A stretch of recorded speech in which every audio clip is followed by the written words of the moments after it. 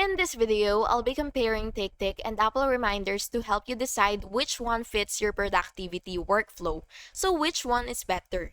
For Apple reminders, it is free and pre-installed app on iPhones, iPads, and Macs. It's extremely simple, great for quick lists and time-based notifications, and integrates well with Siri and iCloud.